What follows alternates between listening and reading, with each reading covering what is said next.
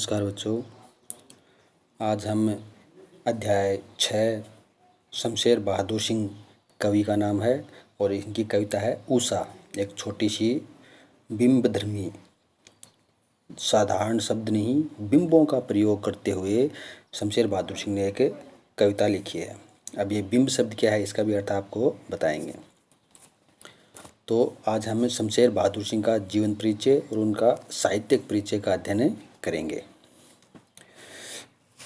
देखो पहले इनका जन्म देख लेते हैं। शमशेर बहादुर सिंह का जन्म हुआ था 13 जनवरी 1911। 13 जनवरी 1911 को जन्म हुआ। देखो इनके जन्म के बारे में लिख रखा है कि देहरादून में जन्मे। तो देहरादून इनका ननिहाल था। देहरादून इनका ननिहाल था। इनका गांव था मुजफ्फरनगर के एलम ग्राम। गांव था इनका मुजफ्फरनगर के निकट एलम ग्राम और जन्म हुआ था देहरादून, और देहरादून इनका ननिहाल था। कब हुआ? 13 जनवरी 1911। और इनकी मृत्यु हुई 12 मई 1993 अहमदाबाद में। मृत्यु हुई अहमदाबाद में। इनके पिता का नाम था तारीफ सिंह, माँ का नाम था परम देवी और भाई थे तेज बहादुर। अब देखो और एक बात और लिख लेना कि इलाहाबाद विश्वविद्यालय से इन्होंने एमए तक की शिक्षा प्राप्त की। मास्टर इन आर्ट्स, इलाहाबाद विश्वविद्यालय से इन्होंने एमए की शिक्षा प्राप्त की। देहरादून में जन्मे शमशेर बहादुर सिंह को मात्र 8-9 वर्ष की उम्र में ही माँ का चिरवियोग सहना पड़ा। 18 वर्ष की उम्र में उनका विवाह हुआ, मगर 6 वर्ष साथ निभाकर पत्नी भी टीबी से चल बसी। पत्नी का नाम था धर्मवती और 1935 में इनकी पत्नी का निधन हो गया। जीवन के अभावों ने उनके कवित्व को दुर्बल नहीं बनाया बल्कि धारदार बनाया। जीवन में जो दुख, जो कष्ट, जो पीड़ा उन्होंने सहन की, उस पीड़ा से ये कमज़ोर नहीं बने और अधिक धारदार बन गए। उनकी कविता और अधिक प्रखर हो गई, निखर गई। बिंबधर्मी कवि के रूप में विख्यात शमशेर, देखो ये शब्द महत्वपूर्ण है। हम कभी भी शमशेर बहादुर सिंह के पाठ से कोई इनका जीवन परिचय कर रहे हैं, इनसे संबंधित व्याख्या कर रहे हैं, इनसे संबंधित कोई प्रश्न का उत्तर दे रहे हैं, तो हम बिंबधर्मी कवि शमशेर बहादुर सिंह शब्द का प्रयोग कर सकते हैं। ये इनकी विशेषता है। अपने जो पूरी पाठ्य पुस्तक है, अपने जो पाठ्यक्रम है, इनमें यही एक ऐसे कवि हैं जिन्होंने बिंबों का प्रयोग किया है। अब शब्द है कि बिंब शब्द का अर्थ क्या है? तो बिंब शब्द का अर्थ होता है शब्द चित्र। बिंब शब्द का अर्थ है शब्द चित्र। तो ऐसे कवि जो शब्दों के माध्यम से चित्र खींच देते थे, उन्हें बोलते हैं बिंबधर्मी कवि। तो ये शमशेर बहादुर सिंह की विशेषता थी कि ये शब्दों से चित्र खींच देते थे। तो समझ में आया बिंबधर्मी कवि इन्हें क्यों कहा जाता है।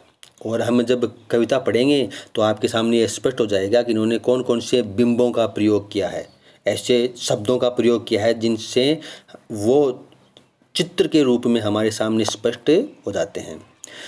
तो बिंबधर्मी कवि के रूप में विख्यात शमशेर की कविता में प्रगतिशील कवि की वैचारिकता और प्रयोगधर्मी कवि की शिल्प विधा का अनूठा संगम मिलता है। ये एक प्रश्न का निर्माण भी यहाँ हो सकता है कि स्पष्ट कीजिए कि शमशेर बहादुर सिंह की कविता में प्रगतिशील कवि की वैचारिकता और प्रयोगधर्मी कवि की शिल्प विधा का अनूठा संगम मिलता है।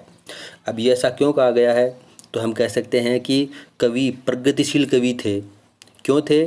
क्योंकि कवि मार्क्सवादी विचारधारा से प्रभावित थे।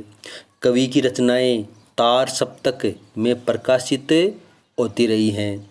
नई कहानी आंदोलन से भी वे जुड़े रहे और अपनी कविता में नई शिल्प शैली का प्रगतिशील प्रयोग किया। इसलिए हम कवि को प्रगतिशील कवि कह सकते हैं। दूसरा है कि ये प्रयोगधर्मी कवि, इन्हें क्यों कहते हैं? तो हम इन्हें प्रयोगधर्मी कवि कह सकते हैं। देखो प्रयोगधर्मी शब्द का आशय क्या है? जो अपनी रचनाओं में नए नए प्रयोग करे, तो हमने देखो बिंबधर्मी कवि हैं तो अपनी रचनाओं में नए प्रयोग किए हैं।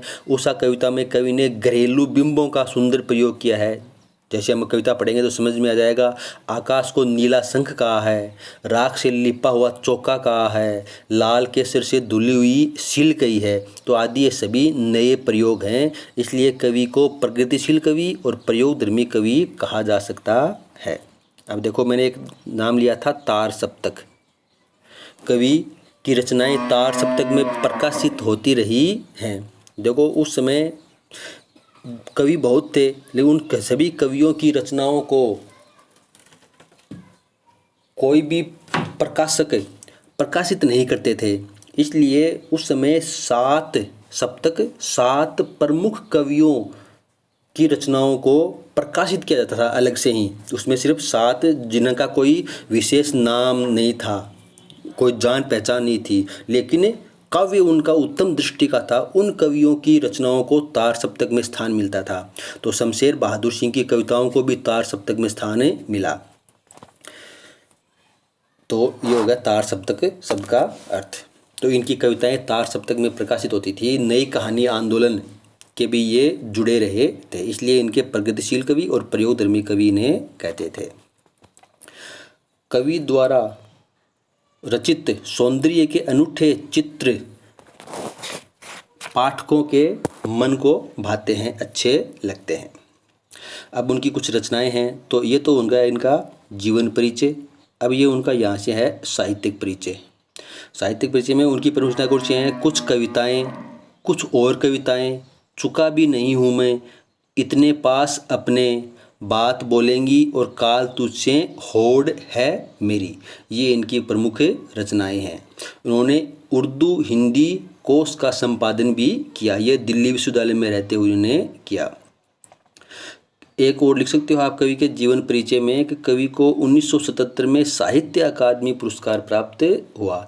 यह हिंदी साहित्य के क्षेत्र में साहित्य अकादमी श्रेष्ठ पुरस्कार माना जाता है। तो उन्हें 1977 में साहित्य अकादमी पुरस्कार भी प्राप्त हुआ। तो ये भी उनके साहित्यिक परिचय में आप इसका वर्णन कर सकते हो। तो ये तो हो गया इनका जीवन परिचय और साहित्यिक परिचय। अब देखो यहाँ हम देखेंगे पाठ परिचय।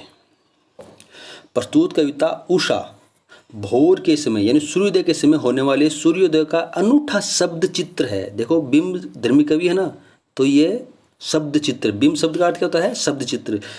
तो सूर्योदय का शब्दों के माध्यम से चित्र खींचा है कवि ने। सूर्योदय के दृश्यों को मनोहारी घरेलू बिंबों में बदलकर कवि ने प्रभावी ढंग से प्रस्तुत किया है।